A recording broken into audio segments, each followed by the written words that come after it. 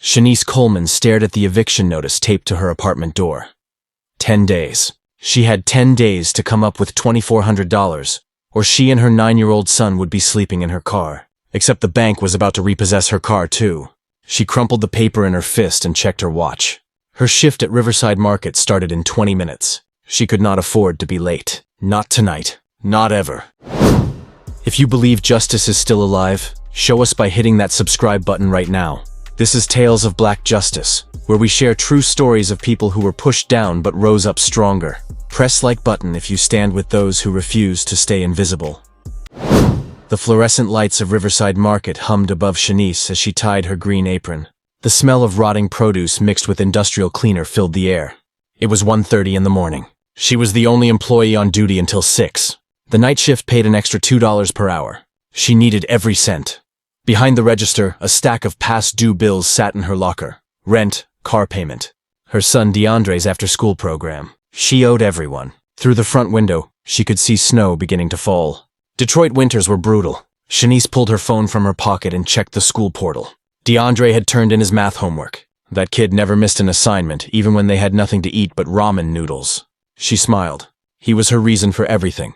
The store was empty. It usually was at this hour. Shanice walked down aisle 3 and straightened cereal boxes. Her hands moved automatically. 12 years of this job had turned every motion into muscle memory. She knew every product, every price, every customer who came through those doors. She especially knew the WX transactions. Women with babies and food stamps and scared eyes. She had been one of them once. Before DeAndre's father left. Before her mother died. Before everything fell apart. Now she was the person those women came to for help. She could process a WIC voucher faster than anyone in Detroit. She knew which cashiers at other stores gave people attitude. She knew which ones pretended the system was down just to humiliate poor mothers. She never did that. Never.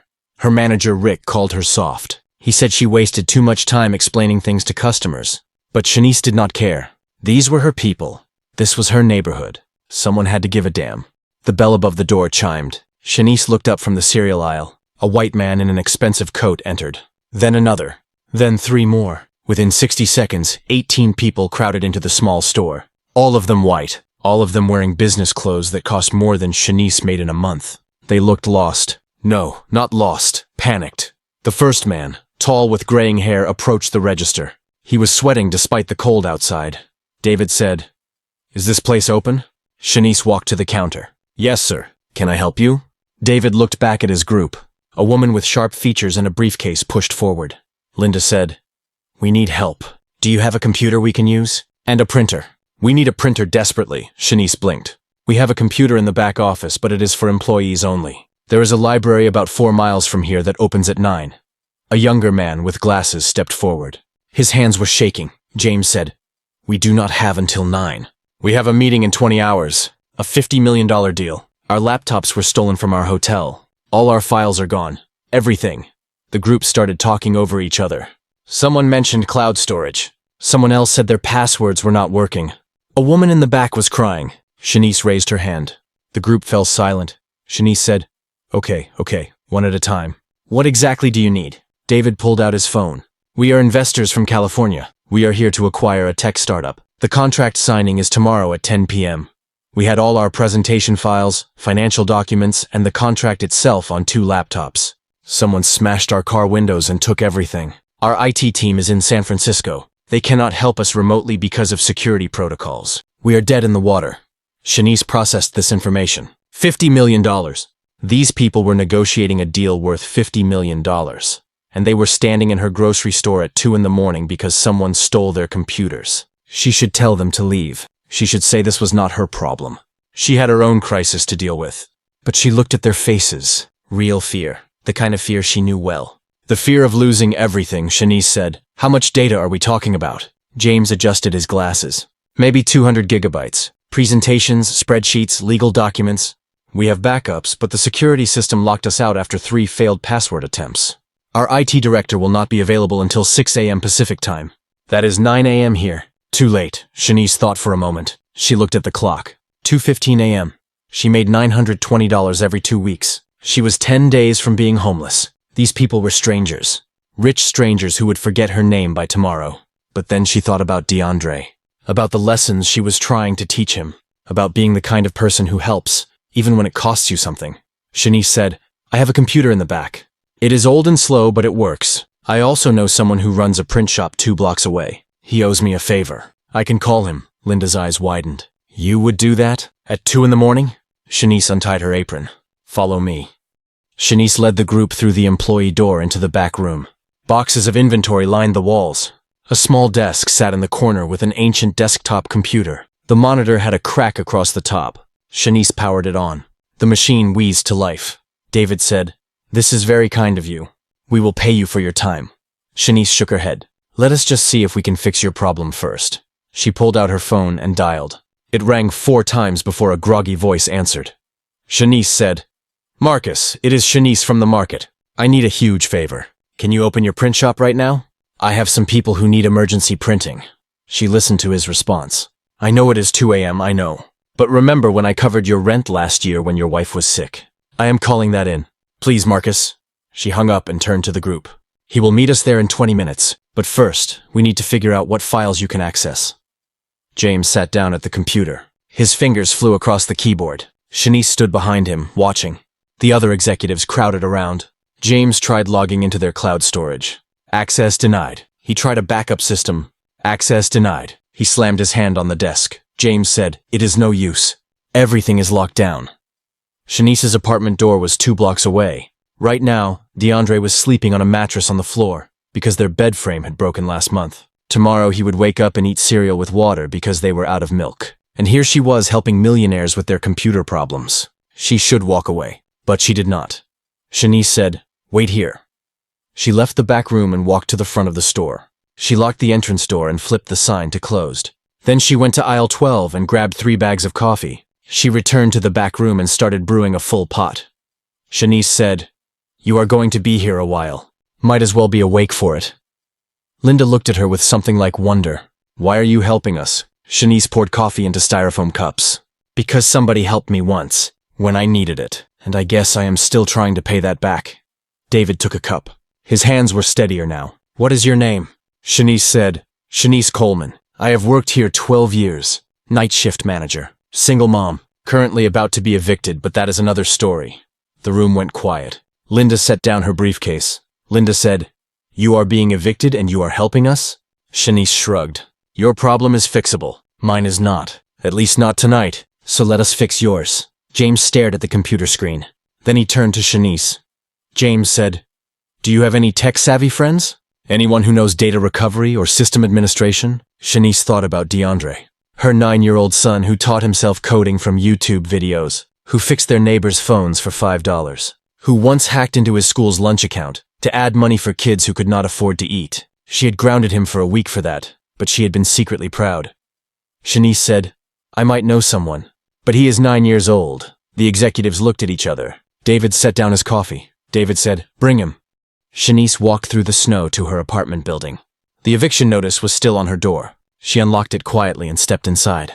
DeAndre was asleep on the couch, his laptop balanced on his chest. She had bought that laptop from a pawn shop 3 years ago for $60. It was missing keys and the screen flickered, but DeAndre treated it like treasure. She shook his shoulder gently. Shanice said, Baby, wake up.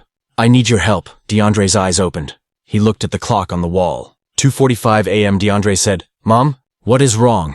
Shanice sat on the edge of the couch. I need you to do that computer thing you do. There are some people at the store who need help. Are you up for it? DeAndre sat up instantly, fully awake. He grabbed his laptop. What kind of help? Shanice smiled. The kind where you show off. They walked back to the market together through the empty streets. Snow clung to their coats. DeAndre carried his laptop under his arm like a football. When they entered the back room, 18 executives turned to stare at a 9-year-old boy in Spider-Man pajamas. James said, You have got to be kidding me. Shanice put her hand on DeAndre's shoulder. This is my son. He is better with computers than anyone I know. Give him a chance. DeAndre walked to the desk. He set down his laptop and looked at the screen James had been working on. He studied it for 30 seconds in silence. Then he started typing. His fingers moved faster than James's had. Code scrolled across the screen. The executives watched in stunned silence. After 5 minutes, DeAndre stopped typing. He turned to James. DeAndre said, Your security system uses 2-factor authentication, but it defaults to SMS if biometric fails 3 times. Do you have access to the phone number registered to your IT director? James pulled out his phone. Yes, why? DeAndre said, call him. Tell him to read you the code when it comes through. I am going to trigger a reset, James dialed. The phone rang twice before a sleepy voice answered. James explained the situation. DeAndre's fingers flew across the keyboard again. 10 seconds later, James's IT director read out a 6-digit code. DeAndre entered it. The screen changed. Access granted. The room erupted in noise. Linda actually clapped. David laughed out loud. David said, how did you know how to do that? DeAndre shrugged. YouTube. And I got locked out of my mom's phone once. Had to figure it out. Shanice felt pride swell in her chest. Her baby, her brilliant baby. James leaned forward and looked at DeAndre's screen. His eyes widened. James said, you wrote a bypass script in 5 minutes? Kid, that would take our IT team an hour, DeAndre smiled. Can I see your file structure? I can start downloading everything to an external drive if you have one. Linda dug through her briefcase and pulled out a thumb drive. Will this work? DeAndre plugged it in. It is only 32 gigs. That is not enough. Do you have more? Shanice held up a finger.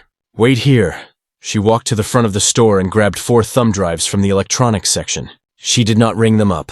She would pay for them later. Or not. Rick would probably fire her for closing the store anyway. She brought them back and handed them to DeAndre. Shanice said, will these work? DeAndre grinned. Perfect. For the next hour, DeAndre worked. The executives watched him like he was performing surgery. Files downloaded one by one. Presentations, spreadsheets, legal documents. Everything they needed. While the computer worked, Shanice brewed more coffee. She also made sandwiches from the deli section. Turkey and cheese. She put them on paper plates and handed them out. No one had asked for food, but they ate like they had not seen a meal in days. Linda pulled Shanice aside while the others ate. Linda said, can I ask you something personal? Shanice nodded. Sure, Linda said. Why are you really doing this? You do not know us. We could be terrible people. Shanice looked at DeAndre working at the computer. I am doing it because I want my son to see what it looks like to help people, even when you do not have much to give, especially then. And maybe because I hope someone would do the same for us if we needed it. Linda's eyes got wet. She blinked quickly. How much do you owe in rent? Shanice hesitated. $2,400, Linda said. And your car? Shanice said, $3,800. But that is not why I am helping you. I do not want your money. Linda said, I know. That is exactly why I want to give it to you. Before Shanice could respond, DeAndre called out from the computer. Done. Everything is downloaded. The executives crowded around again. James checked the files on the thumb drives. He went through them one by one, opening documents and verifying content. After 10 minutes, he looked up with a huge smile. James said, it is all here. Every file. Every document. We can rebuild the presentation from this. David turned to Shanice. Where is that print shop you mentioned? Shanice checked her phone. 3:50 a.m. Let me call Marcus again. She stepped away and dialed. Marcus answered on the first ring this time. Marcus said, Shanice, I am at the shop. Door is open. How much printing are we talking about? Shanice looked at the executives. A lot. Bring your biggest paper order. She hung up and turned to the group. Follow me, and bring those thumb drives. They walked through the snow to Marcus's print shop. The streets were empty except for a salt truck rumbling past. Marcus was waiting inside, his shop lit up like a beacon. He was a heavy-set black man in his 50s, with ink-stained fingers and tired eyes. When he saw the group of white executives following Shanice, his eyebrows went up.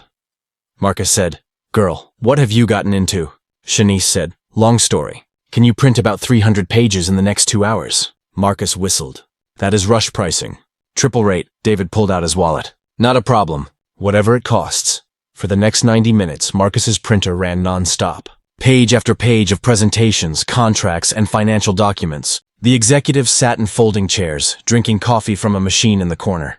DeAndre fell asleep on a stack of paper boxes. Shanice sat next to him, checking her phone. 6 a.m. Her shift had ended an hour ago. Rick was going to kill her.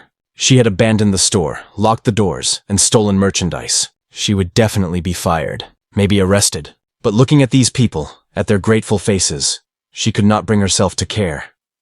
David sat down next to her. He looked at DeAndre sleeping. Your son is remarkable. Shanice brushed hair from DeAndre's forehead. He is everything to me. David said, Can I ask you something? Earlier you said somebody helped you once. Who? Shanice was quiet for a moment. Then she spoke. 12 years ago I was 19, pregnant, homeless. I walked into Riverside Market looking for food I could steal. The manager caught me with a loaf of bread in my coat. His name was Robert. He was this old white guy who had run that store for 30 years. I thought he would call the police. Instead, he sat me down, bought me lunch, asked me about my life. Then he offered me a job, night shift. He said I looked like someone who needed a second chance. He trained me himself, taught me every aspect of the business. When DeAndre was born, Robert let me bring him to work, set up a crib in the back office. He paid for my WIC training so I could help other mothers. He was the closest thing to a father I ever had. David said, "Where is he now?" Shanice said, "He died 6 years ago. Heart attack. Left the store to his nephew Rick, who does not care about anything except profit." But Robert's lesson stuck with me. He used to say the world will kick you when you are down. Your job is to be the person who helps others get back up. I have been trying to live by that. David nodded slowly. He looked like he wanted to say something, but the printer stopped. Marcus pulled the last page from the tray. "All done. That will be $900. David pulled out his credit card without hesitation. While Marcus ran the payment, Linda gathered all the printed documents into boxes. James organized the thumb drives. The team looked functional again, professional, ready for their meeting. David turned to Shanice. David said, "We cannot thank you enough. You saved our deal, probably saved our company." Shanice stood up. "I am glad I could help." Linda said, "Wait, before you go, I need to tell you something." The other executives stopped what they were doing. Linda set down her box and faced Shanice directly. Linda said, 12 years ago, I was a student at Wayne State University here in Detroit. I was broke, struggling. I made a terrible decision. I tried to steal food from a grocery store. A white bread and some peanut butter. The manager caught me, but he did not call the police. He sat me down and talked to me. Then he gave me a job. That manager's name was Robert Mitchell. That store was Riverside Market. Shanice's breath caught in her throat. "You were there? You knew Robert?" Linda's eyes filled with tears. "He saved my life. I was about to drop out of school. I was sleeping in my car. That job kept me afloat until I graduated. I went on to get my MBA, built my career, but I never forgot him. And I never forgot that store. When we drove past it tonight and our team was panicking, something made me suggest we go inside. I did not recognize you. I never met you back then. But when you started helping us, I knew. I knew this was the same place, the same spirit." Shanice felt tears on her own cheeks now. "Robert helped so many people." Linda nodded. "He helped me become who I am. And now you helped us. That legacy lives on." DeAndre stirred awake. He looked around, confused. Shanice pulled him close. David said, "Linda, we need to talk to the rest of the team, now." The executives huddled in the corner of the print shop. Shanice could not hear what they were saying, but she saw their faces. Serious. Determined. After 5 minutes, they broke apart. David approached Shanice again. David said, "We just made a decision. Our company is investing $50 million into Detroit. We are buying this startup to expand their AI technology, but we also believe in investing in communities. Robert Mitchell invested in Linda 20 years ago. You invested in us tonight. We want to invest in you." Shanice said, "I do not understand." Linda said, "We are going to pay your rent, all of it, and your car payment. Consider it done." Shanice shook her head. "I cannot accept that." "That is too much," James said. "It is not charity. It is gratitude and investment. Your son has a gift, a real gift. I sit on the advisory board for MIT's scholarship program. I want to nominate DeAndre for a full ride track, starting with summer programs next year. All expenses paid." Shanice felt the room spin. "He is 9 years old." James said, "Mozart was composing at 5. Your son is a prodigy. He deserves opportunities. Let us provide them." The sun rose over Detroit. Orange lights spilled across the snow-covered streets. Shanice walked back to Riverside Market with DeAndre at her side. The executives had left for their hotel to prepare for their meeting. They had exchanged phone numbers and promises. Shanice still could not believe what had happened. Her rent was paid. Her car was safe. DeAndre had a future that looked nothing like the one she had imagined 6 hours ago. When they reached the store, Rick was standing outside. His face was red with anger. Rick said, "Where the hell have you been?" The store was locked. The register was unattended. "I should fire you right now." Shanice took a deep breath. "I was helping someone. There was an emergency." Rick said, "I do not care if the building was on fire. You abandoned your post. You stole merchandise. You are done." DeAndre squeezed his mother's hand.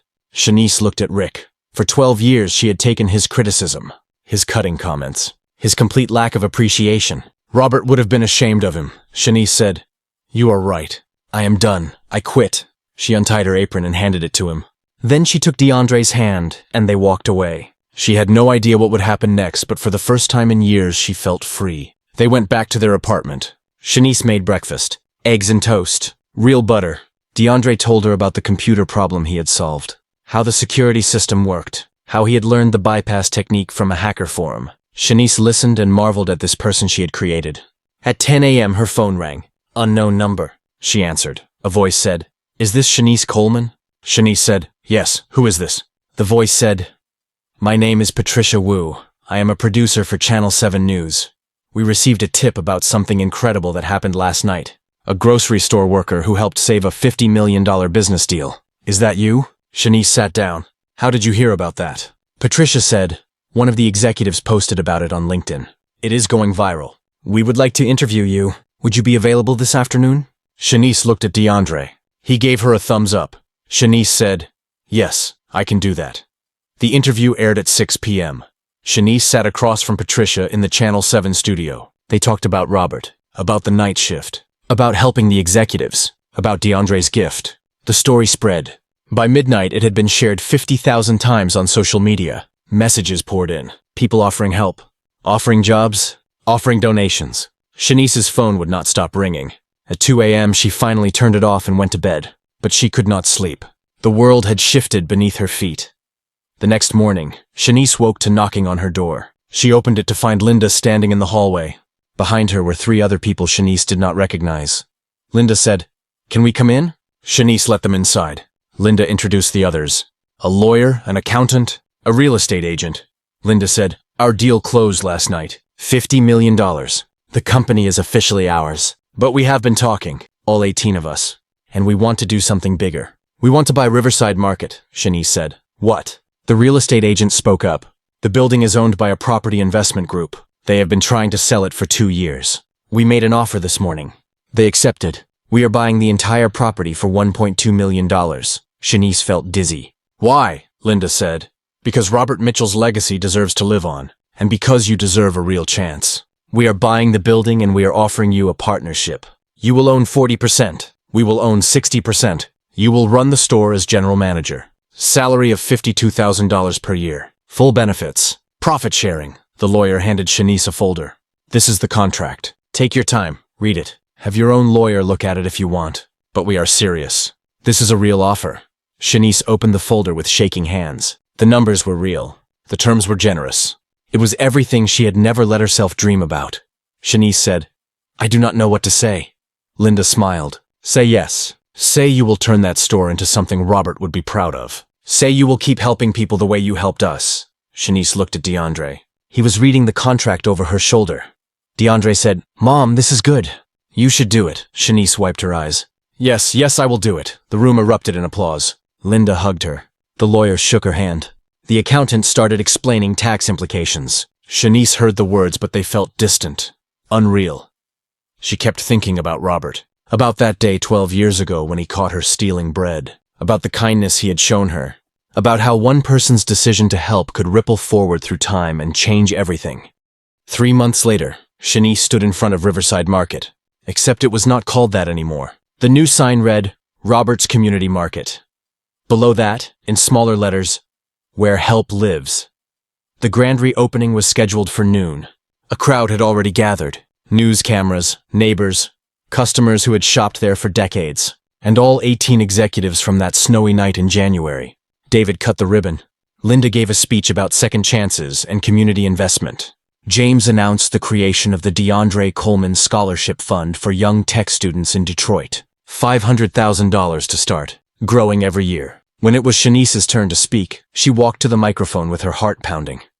Shanice said, 12 years ago, a man named Robert Mitchell gave me a job when I had nothing. He taught me that the measure of a person is not what they have, but what they give. Tonight, I stood in this store, and I watched a 9-year-old boy save a $50 million deal with nothing but a broken laptop and a YouTube education. I watched strangers become friends. I watched fear become hope.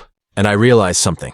Robert's gift was never just about me. It was about starting a chain of help that moves from person to person, generation to generation. This store will continue that chain. If you need help, come here. If you need food, come here. If you need someone to listen, come here. We will be here, always. The crowd applauded. Shanice cut the second ribbon and the doors opened. People flooded inside. The store had been completely renovated. New floors, new shelves, but the back office remained the same. Robert's old desk, the the cracked computer monitor, a plaque on the wall with his photo and his motto, "Be the help you wish you had." Shanice touched the plaque and smiled. She felt his presence, his approval. That night, after the last customer left, Shanice sat in the office with DeAndre. They looked at the schedule for the next day. Employee interviews, vendor meetings, a photo shoot for a magazine article. DeAndre was leaving for his first MIT summer program in 2 weeks. He would be the youngest student in the program's history. DeAndre said, "Mom, do you think Robert would be proud?" Shanice pulled him close. "Baby, I think he is dancing in heaven right now." DeAndre said, "I am going to work hard. I'm going to make you proud too," Shanice said. "You already do." Every single day, they sat together in the quiet store. Outside, snow had started falling again. But inside it was warm, safe, full of possibility. Shanice thought about the eviction notice that had been on her door 4 months ago. About the fear that had consumed her. About the choice she had made to help strangers instead of protecting herself. That choice had changed everything. Not because the universe owed her anything. Not because karma was real. But because kindness creates connections. And connections create opportunities. And opportunities create change. Robert had known that. He had built his entire life around that truth. Now Shanice would do the same. A year later, Robert's community market had become a Detroit landmark. Tour buses stopped outside. Newspapers wrote features. But more importantly, it had become exactly what Robert had envisioned. A place where people helped each other. The store employed 23 people now. All of them from the neighborhood. All of them given a second chance at something. Shanice had hired 3 other single mothers. 2 formerly incarcerated men trying to rebuild their lives. A teenager who had dropped out of school but wanted to learn business. Each of them had a story. Each of them had been counted out by society. Each of them was proving the doubters wrong. The store also housed a small computer lab in the basement. DeAndre ran free coding classes every Saturday for neighborhood kids. 30 students so far. 3 of them had already been accepted into advanced programs. James visited once a month to mentor them. The 18 executives had become family. They attended store events. They brought their own children to meet DeAndre. They invested in other Detroit businesses. They had started a foundation called the Robert Mitchell Legacy Fund. It provided microgrants to people trying to start businesses or go back to school. $2 million distributed in the first year. 23 lives changed. 23 chains started. Linda visited Shanice in the office one afternoon. They drank coffee and looked at financial reports. The store was profitable. Not wildly so, but enough. Enough to pay everyone fairly. Enough to give back to the community. Enough to keep Robert's dream alive. Linda said, "Do you ever think about that night? About how random it all was?" Shanice said, "I do not think it was random. I think we were all exactly where we needed to be. You needed help. I had help to give. And in giving it, I received more than I could have imagined." Linda said, "Robert taught you well." Shanice said, "Robert taught me that the world is not fair. It will never be fair. But that does not mean we stop trying to make it better. It means we work harder. We help more. We refuse to let circumstances turn us cold. That is the real victory. Not wealth or success, but maintaining your humanity when everything tells you to protect only yourself." Linda nodded. "I tell my children about you, about that night, about what real courage looks like." Shanice said, "Courage is just fear that decided to move forward anyway. I was terrified that night, terrified of losing my home, terrified of failing my son, but I helped you anyway. Not because I am special, because it was the right thing to do. And I had been taught by someone who believed right things matter." They sat in comfortable silence. Outside, customers moved through the aisles. A young mother with a baby, an old man buying soup, a teenager counting change for candy. All of them part of the same community. All of them connected by invisible threads of help and hope. Shanice watched them and felt content. Not because her problems had disappeared. Life was still hard. Bills still came.